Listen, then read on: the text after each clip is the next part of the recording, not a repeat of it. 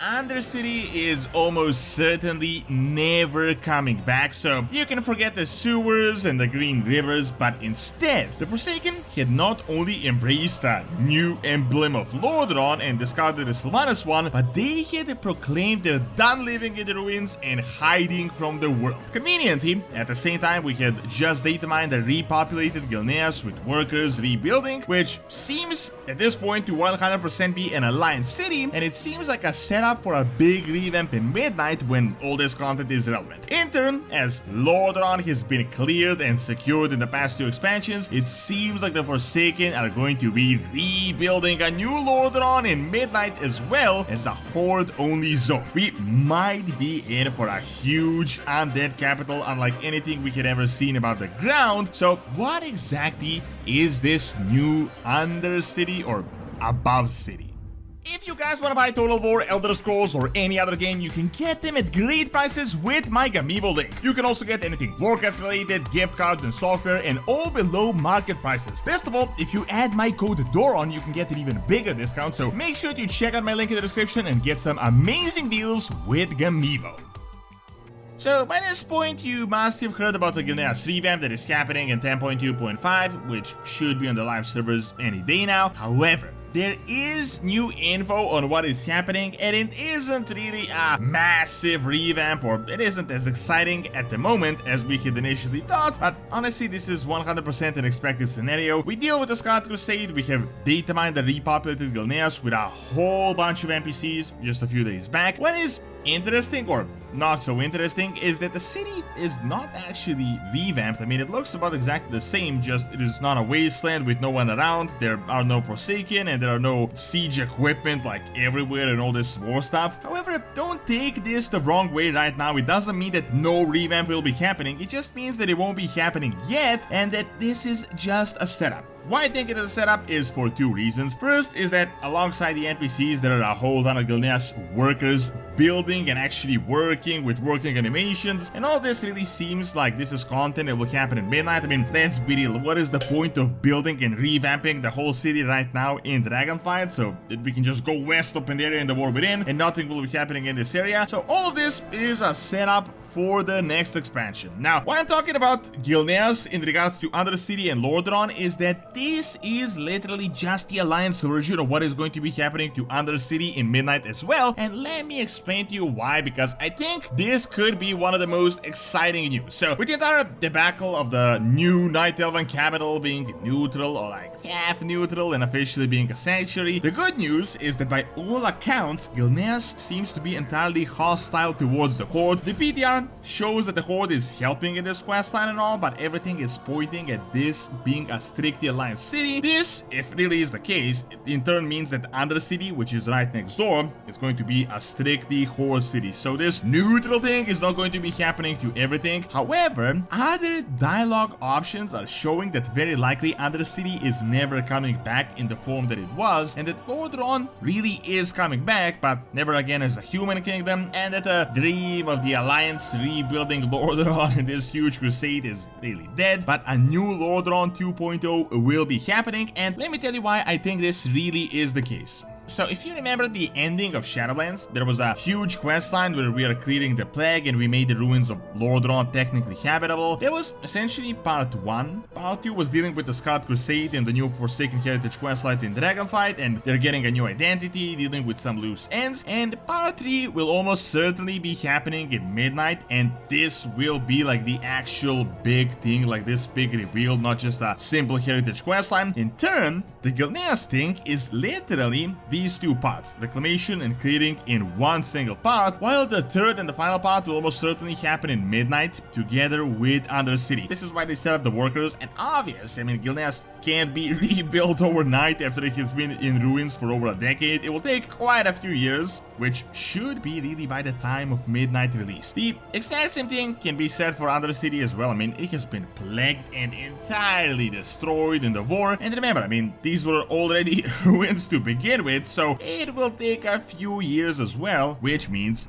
midnight. So first and the most important thing is that in an interview, Blizzard told us that the revamp of Quel'Thalas will be huge. And I mean literally huge, as in they will make the zones larger and they will also no longer be instant, so you gotta go through a portal. By messing with this and making everything seamless and changing the structure, this will without a doubt impact the other zones as well. You know, the Plague Lands are all but restored by this point, Stormguard is super relevant and entirely rebuilt in the lore, Undercity is relevant, so my guess is that we are getting a revamp of the entire northern part of the continent up to around this line of the continent, the northern part of the Eastern Kingdoms. It 100% makes sense because the entire expansion will likely be focused just on one continent, and I really don't think Quel'Thalas alone is big enough to be entire expansion content. This means these Gilneas and Undercity questlines were just set up for a future expansion, and we might also get small updates like these, maybe even throughout the War Within. Second, and super important thing to keep in mind as well, if you have followed the Forsaken Heritage questline, it wasn't really about dealing with the Scarlet Crusade as it was like this huge insane threat, but the entire point of the questline was for the Forsaken to claim a new identity. You might have noticed that the Forsaken are wearing this red armor with a sign of Lordaeron, like a blood Lordaeron flag, which is essentially they rebranding themselves. However,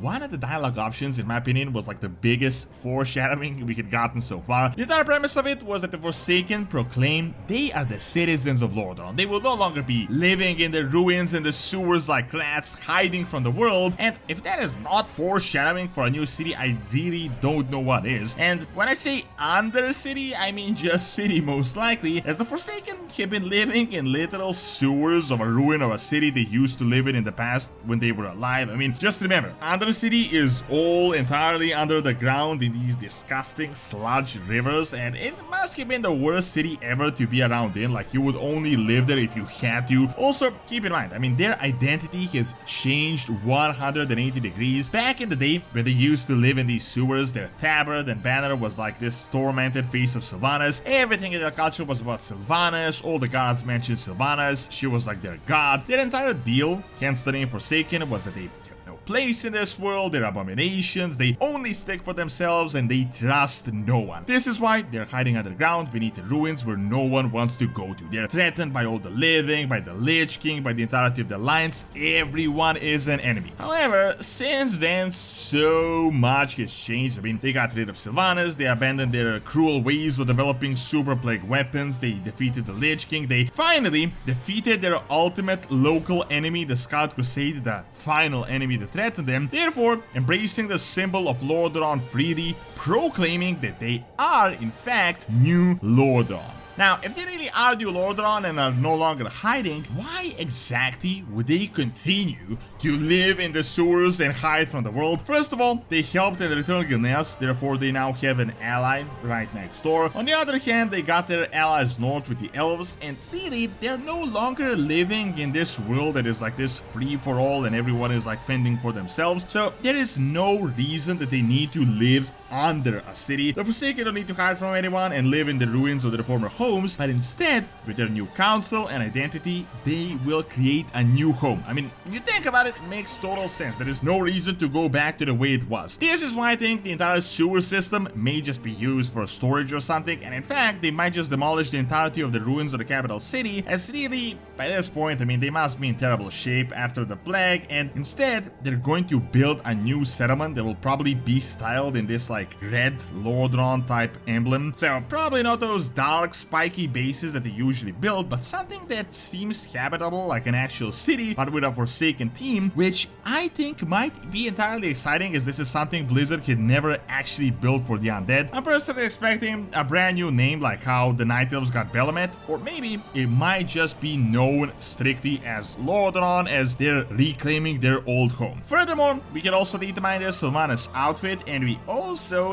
had that cringe Sylvanas dialogue back with the questlines that talk about her very likely coming back, which I can't say I'm a fan of, but with the elves and the new attack on Quota Lost in Midnight, I'm like 99% certain some version of Sylvanas will be coming back in this expansion, and we could expect the Forsaken to also get involved in this entire thing. However, Sylvanas aside, I also expect the Forsaken to be a pretty important part of Midnight as well, potentially getting void attacks on their new settlement throughout the entire expansion. Thank you for watching. Check out Xelatet's crazy plan on how she's collecting old gods literally under our nose by clicking on the screen, and check out my video on ancient colonies in Spain by also clicking on the screen as well. See you next time.